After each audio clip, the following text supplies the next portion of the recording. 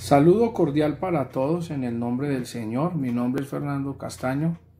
Quiero compartir un tema hoy muy interesante bajo mis humildes conocimientos, y es acerca del celibato. Y hay algunos interrogantes. ¿Para servir a Dios es necesario ser soltero? ¿El celibato es una ley bíblica? ¿El celibato es un dogma católico? ¿Es pecado el sexo? ¿Está Dios en contra del matrimonio de las personas que quieren servir al Señor? Hay que entender algo.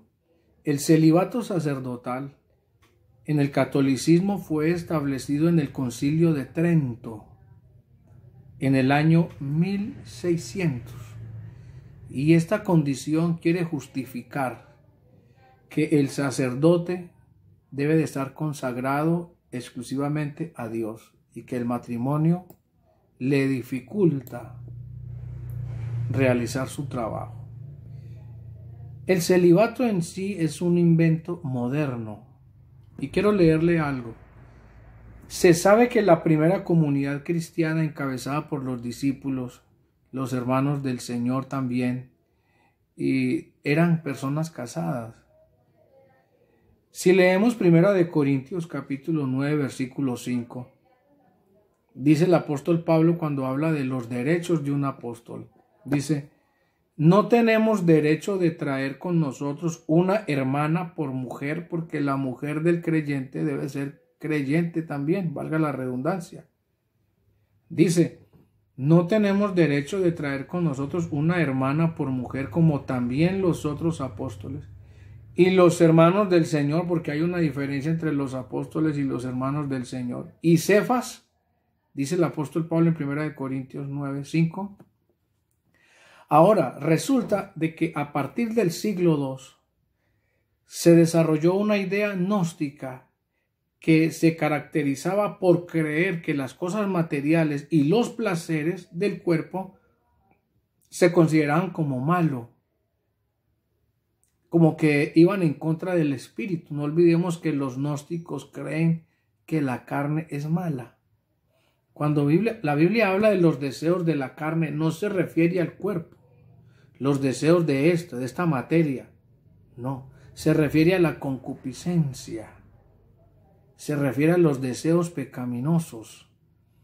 Entonces, se creía entonces que una persona casada no podía ser perfecta, porque estaba desviando su verdadero trabajo en el mundo. Pese a ello, fue en el siglo IV que comenzó paulatinamente a prohibirse el casamiento de los sacerdotes, hasta que se llegó al Concilio de Trento. Miremos, en el Concilio de Elvira, en el año 306, se determinó un decreto que decía que aquel sacerdote que la noche anterior a dar una misa durmiera con su esposa, perdería su trabajo. Esos son procesos para llegar al celibato. En el Concilio de Nicea se decretó que ningún hombre sacerdote que ya hubiera sido ordenado podía casarse. Y en el año 385, Ciricio, antes de ser nombrado papa, abandonó a su esposa para poder ser nombrado papa.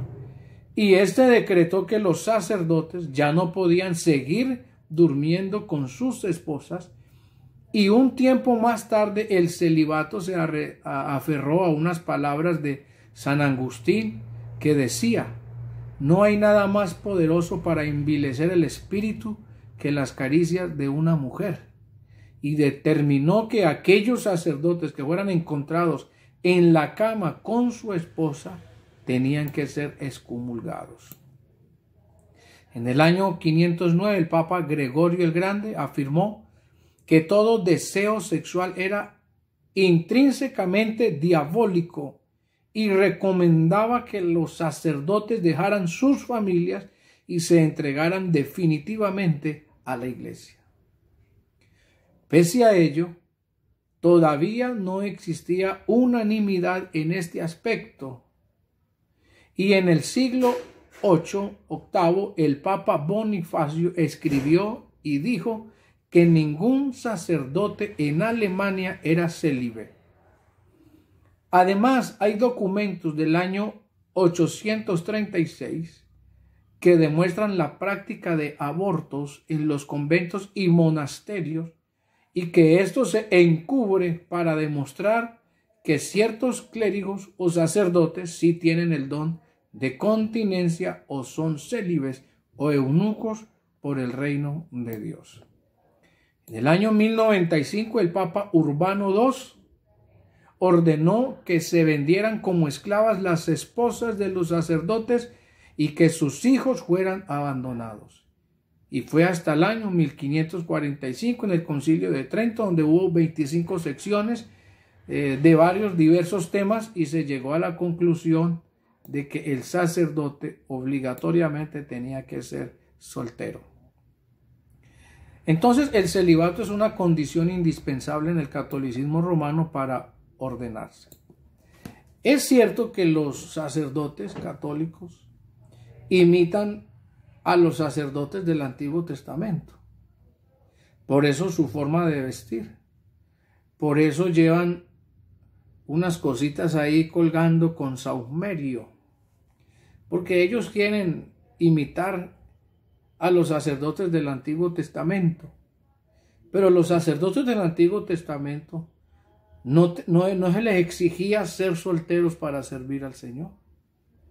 Al contrario, Aarón, el sumo sacerdote, tenía hijos. Y la Biblia dice en Levítico 21:7, con mujer ramera o infame no se casará, ni con repudiada de su marido, porque el sacerdote es santo a su Dios. Versículo 9 de Levítico 21 dice, y la hija del sacerdote, la hija, si comenzara a fornicar, a su padre deshonra, y tenía que ser quemada al fuego. Entonces la Biblia muestra de que la esposa del sacerdote tenía que ser virgen y tenía que ser de entre su pueblo. Ahora, cuando llegamos al Nuevo Testamento, el apóstol Pablo, que ahorita vamos a leer 1 Corintios capítulo 7, que el catolicismo hace una mala interpretación de ese pasaje. Dice en el capítulo 3, versículo 12 de 1 de Timoteo, los diáconos sean maridos de una sola mujer. Eso me da a entender de que para servir a Dios no hay que ser soltero. Y que gobiernen bien a sus hijos y sus casas. Tito capítulo 1 versículo 6 dice, el que fuera irreprensible marido de una sola mujer y que tenga hijos creyentes que no estén acusados de disolución ni de rebeldía. Entonces, en ninguna parte de la Biblia se dice que para servir a Dios es obligatorio ser soltero. Además, Dios estableció el matrimonio. Y la Biblia dice en Proverbios que el que haya esposa, haya el bien. Entonces, el romanismo usa la vida de Pablo. Pablo era soltero. Pero el hecho de que Pablo sea soltero no es argumento teológico para establecer el celibato. Porque si se usa como base para una doctrina, hay que mirar que la mayoría sí eran casados. Y una cosa es una doctrina establecida por Dios y otra cosa es la vida de una persona. Entonces, 1 Corintios, el capítulo 7, dice de la siguiente manera. En cuanto a las cosas que me escribisteis, bueno le sería al hombre no tocar mujer. Tocaría que preguntarnos por qué. Si eso va en contra de la naturaleza del ser humano, si eso va en contra de incluso de la Biblia. Porque Pablo dice, pero a causa de las fornicaciones, cada uno tenga su propia mujer y cada una tenga su propio marido. El marido cumpla el deber conyugal, así mismo el marido. La mujer no tiene potestad sobre su propio cuerpo, tampoco su marido. No os neguéis el uno al otro, a no ser por algún mutuo consentimiento para ocuparos sosegadamente en la oración. Y en el versículo 6 Pablo dice algo que hay que tener en cuenta. Mas esto digo por vía de concesión, no por mandamiento. Pablo lo dice porque es un consejo muy de él, pero no es un mandamiento. Porque incluso Pablo dice, quisiera más bien, quisiera, pero no va a ser así. Quisiera más bien que todos los hombres fuesen como yo. O sea, solos. Pero mire que Dios dice lo contrario. Pablo dice, bueno sería que el hombre estuviera solo como yo. Pero Dios dijo en Génesis, no es bueno que el hombre esté solo. Y el que haya esposa, haya el bien. Entonces, Pablo lo que dice es, pero cada uno tiene su propio don, no don de sí mismo, no fuerza, sino don de Dios. Uno a la verdad de un modo y otro de otro. Entonces él dice, esto que le estoy diciendo es un consejo, pero no es un mandamiento. No es una ley establecida por Dios. Digo pues a los solteros y a las viudas que bueno les fuera quedarse como yo, o sea, solo. Pero Dios dice que no, porque esto es un consejo práctico. Ahora, el don de continencia, ¿en qué beneficia a la iglesia hoy día? Porque Pablo dice, desead los dones mejores, sobre todo profetizar. Y Pablo habla de que los dones deben de ser para edificación de la iglesia. Pero ¿en qué edifica la iglesia? Una persona que no tenga la capacidad de tener relaciones sexuales. Pablo en su labor de misionero, pienso yo en mi humilde conocimiento, de que Dios lo necesitaba así para un trabajo muy extenso.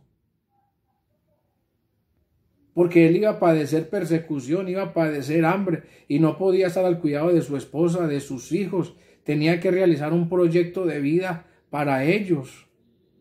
Y con el trabajo de apóstol o misionero se le dificultaba. Entonces Pablo dice, pero si no tiene el don de continencia, es mejor que se case. No dice que es una ley, que el celibato es obligatorio. No, Pablo dice, si no tiene el don, es mejor que se case. Y eso que este pasaje no es exclusivamente para pastores, es para la iglesia del Señor. Entonces, algunos creen que esto se llama ser eunucos por el reino de Dios. En Mateo encontramos el capítulo 19 que el Señor está hablando de los eunucos. Hay 3 clases de eunucos, los que nacen, los que los hacen los hombres y los que son por el reino de Dios. Hay que entender que un eunuco es una persona cuidador de lechos, así se le dice. Y no necesariamente era castrado. Porque la castración va en contra de Deuteronomio 23, versículo 1, que es una práctica oriental, pero era una práctica que a Dios no le gustaba, ni con animales ni con personas. Pero un eunuco no necesariamente es una persona castrada, sino una persona que no desea tener relaciones sexuales, o una persona que no tiene la capacidad de tener hijos, o una persona que es inhábil para el matrimonio. Entonces hay gente que nace con algunos defectos para el matrimonio, y eso es lo que dice la versión al día o versión lenguaje sencillo. Permítame, yo le leo Mateo capítulo 19. Y eunucos que los hacen, pues eso era una práctica pagana. Pero eunuco por el reino de Dios. Si la persona tiene el don de continencia, pues es otra cosa. Pero es una decisión. Es una decisión, no es una ley. Mire, en Mateo capítulo 19 dice el versículo 12. Es cierto que algunos no pueden casarse porque desde antes de nacer tienen algo que se los impide. Otros no pueden casarse porque alguien les ha dañado el cuerpo. Pero también hay personas que no se casan para dedicarse a trabajar solamente para el reino de Dios. Por eso esta enseñanza es solo para quienes decidan vivir así. Es una decisión personal. Uno debe de conocerse y de ser sincero. ¿Yo realmente tengo el don de continencia o no lo tengo? ¿Tengo la capacidad o la incapacidad para contraer matrimonio? Entonces es una decisión personal, pero la Biblia en ninguna parte dice que para servirle al Señor hay que ser soltero. Un abrazo para todos, que el Señor les bendiga grandemente.